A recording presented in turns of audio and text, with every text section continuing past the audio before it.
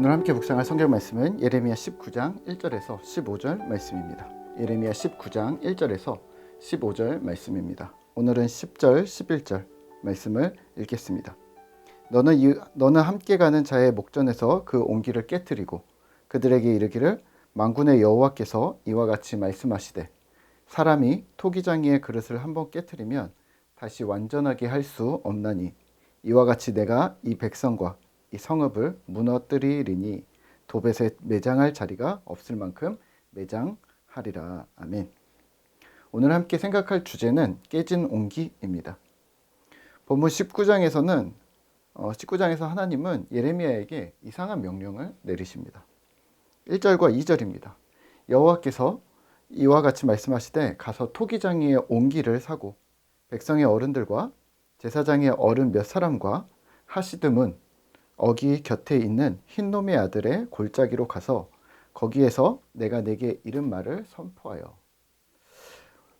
토기장이의 온기 그릇을 사고 백성 중에 어른과 제사장들의 어른을 데리고 흰놈의 아들 골짜기로 오라고 합니다.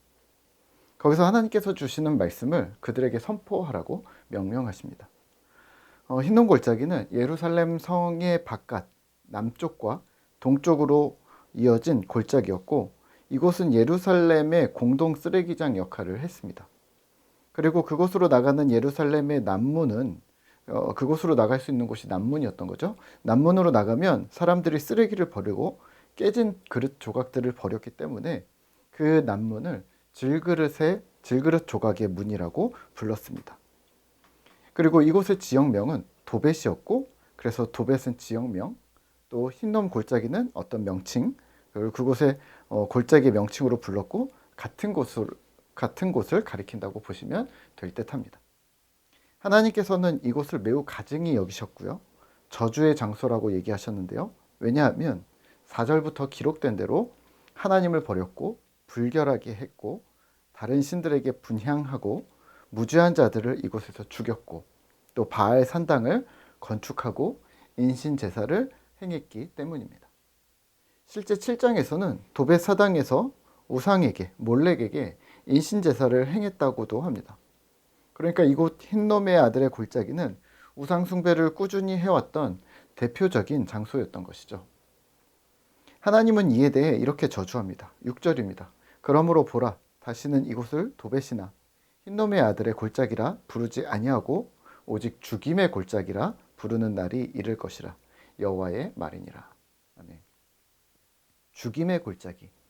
현대인의 성경에서는 사륙의 골짜기, 공동 번역에서는 살인 골짜기라고 부를 것이라고 하십니다. 이런 패역한 범죄를 저지른 이스라엘을 향해 하나님의 저주가 선포됩니다. 대적들에게 죽임을 당할 것이고 놀람과 조롱거리가 되고 원수와 생명을 찾는 자들로 인해 곤경에 빠질 것이라고 하십니다. 그리고 이 메시지를 가져간 온기 그릇으로 표현하라고 합니다. 10절과 11절입니다. 너는 함께 가는 자의 목전에서 그 온기를 깨뜨리고 그들에게 이르기를 만군의 여호와께서 이와 같이 말씀하시되 사람이 토기장이의 그릇을 한번 깨뜨리면 다시 완전하게 할 수 없나니 이와 같이 내가 이 백성과 이 성읍을 무너뜨리리니 도벳에 매장할 자리가 없을 만큼 매장하리라. 아멘. 이스라엘을 대표하는 어른들, 그들 앞에서 온기 그릇을 깨뜨리고 하나님께서 이 깨진 그릇처럼 이스라엘을 산산조각 낼 것이라고, 그리고 그들의 파멸이 이와 같을 것이라고 선포하십니다. 오늘 말씀을 생각하며 우리는 무엇을 기억해야 할까요? 더딘 심판입니다. 하나님은 분명히 심판을 선언하시는데요. 하나님은 심판을 선언하시기 전에, 심판을 행하시기 이전에 오늘 예레미야를 통해서도 그렇고 100번은 넘게, 아니 1000번도 넘게 심판하시겠다고 예언하시는 듯합니다. 선포는 자주 하시고 근데 실제 저주는 임하지 않고, 게다가 오늘은 또 이상한 명령까지 하셨습니다. 온기 그릇을 챙기고 그 사람들 앞에서 깨트리라. 굳이 그렇게까지 하지 않으셔도 사람들이 충분히 이해했을 텐데 하나님은 자꾸만 말씀하시고 자꾸만 비유로 또 말씀하시고 오늘처럼 상징적인 행동을 하도록 이상한 명령을 자꾸 하십니다. 왜 그러시는 걸까요? 아직 기회가 있다는 말입니다. 깨진 온기를 보면서 너희 이제 이렇게 될 거야, 깨질 건데 그러면 그때는 돌이킬 수 없어 라고는 엄포는 사실 바꾸면 이렇습니다. 이번이 마지막이야. 요즘 아이들이 방학이라 집에 있으면 아무래도 부모님들과 부딪힐 일이 많은데요. 아이들이 투닥거리면서 싸우면 불러 세워놓고 엄포를 놓습니다. 너희 한 번만 더 싸우면 그땐 끝이야. 이 말은 무슨 말일까요? 네, 이번까지 용서해 주겠다는 말입니다. 이런 엄포가 얼마나 통할까요? 네, 이젠 잘 안 통합니다. 벌써 같은 상황으로 아빠한테 여러 번 불려왔기 때문에 불러 세우면 자기들끼리 킥킥거리고 또 서 있습니다. 아빠가 아무리 화난 표정을 지어도 통하지 않을 때가 있습니다. 그때는 어떻게 할까요? 아빠가 폭발하겠죠. 이스라엘의 상황이 바로 이와 같습니다.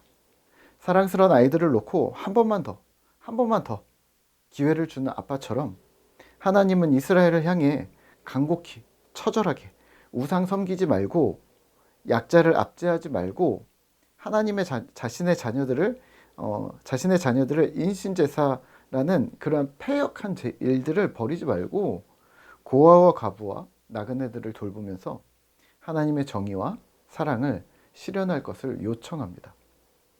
하지만 이스라엘이 듣질 않는 거죠. 오늘 말씀을 묵상하며 우리는 무엇을 기억해야 할까요? 하나님의 음성에 주의를 기울이셔야 합니다. 그리고 집중하셔야 합니다.